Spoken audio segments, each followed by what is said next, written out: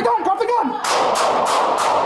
What happens when someone walks into a police station, points a gun at employees and civilians, and refuses commands from officers? In today's video, we're breaking down a shocking incident out of Scottsdale, Arizona, where officers had less than a minute to make a life or death decision after an armed woman entered a police station lobby.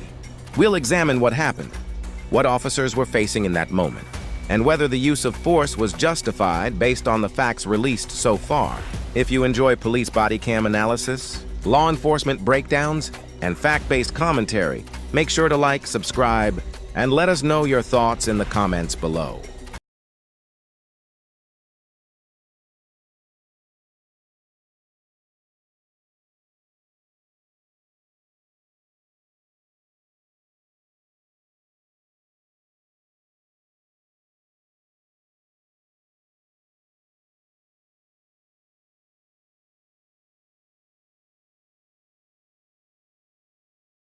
Unit 1, I have a subject in the lobby here with a gun pointed at the window, and there's a person at the vehicle impound window.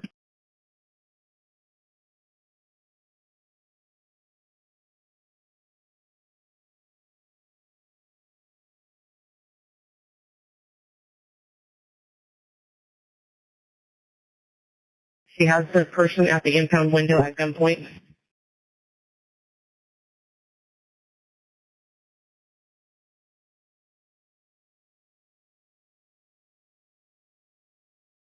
I'll try to contact him through that. Drop the gun! Drop the gun! Keep loading. Keep loading. What? Go.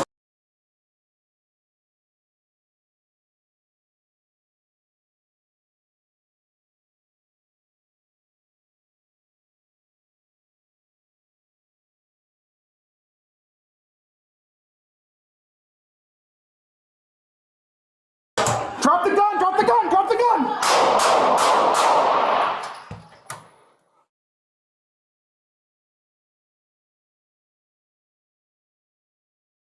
Scottsdale, Arizona, on April 30th, 2026. What should have been an ordinary morning at the McKellips police station turned into a deadly confrontation that unfolded in roughly 60 seconds. According to Scottsdale police, around 9:45 a.m., 23-year-old Ava Josefina Garcia entered the front lobby of the police station, but she wasn't there to file a report, ask a question, or conduct police business. Investigators say Garcia was armed with a handgun. The first critical moment happened almost immediately.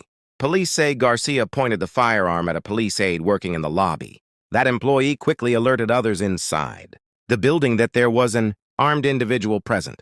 Think about the position officers and staff were suddenly in. This wasn't a traffic stop where officers have time to assess a situation from a distance. This wasn't a barricaded suspect. This was inside a police station lobby with civilians present.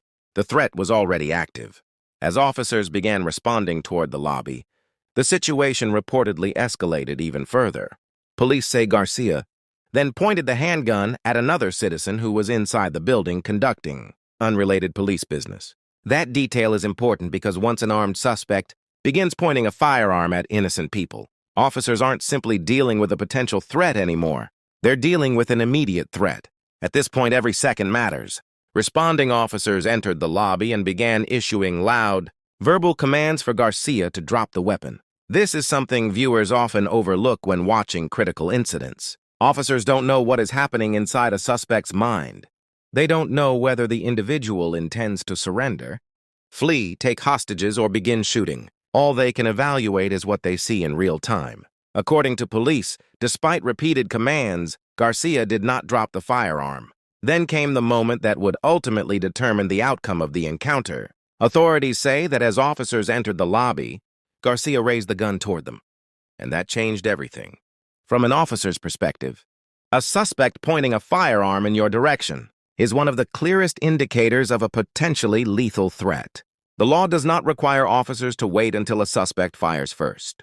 That's an important distinction because once a gun is being aimed at officers or innocent civilians, the window to react can be measured in fractions of a second. One officer fired. Garcia was struck and fell to the ground. The moment the gun was no longer in her hands, the officers transitioned from stopping the threat to providing aid. And this is another aspect of these incidents that often gets ignored. Once Garcia dropped the weapon and was no longer presenting a threat, officers immediately moved in to secure the scene and render first aid until medical personnel could take over. She was transported to a hospital where she remained under protective custody. Fortunately, no citizens and no Scottsdale police employees were injured during the incident. What stands out most about this case is the timeline. Police say the entire event, from the moment Garcia displayed the firearm until the officer involved, shooting lasted approximately 1 minute. 60 seconds! That's all the time officers had to process an armed suspect inside a police station. Civilians in danger, commands being ignored, and a firearm allegedly being raised toward them. When people analyze these incidents after the fact, they often do so with the benefit of pause buttons, slow motion, multiple camera angles, and unlimited time to think. The officers on scene had none of those advantages. Based on the facts released so far, officers appear to have faced an armed suspect, who allegedly threatened both police personnel and a civilian before raising a gun toward responding officers. If those facts are confirmed through the investigation, many observers will likely view the use of force as consistent with an officer responding to an immediate, deadly threat. As always, investigators will review all available evidence, witness statements, surveillance footage, and officer reports before reaching final conclusions. But one thing is clear. What began as an ordinary morning inside a police station became a rapidly evolving life-or-death situation in less than 60 seconds. And for everyone inside that lobby, those 60 seconds changed everything.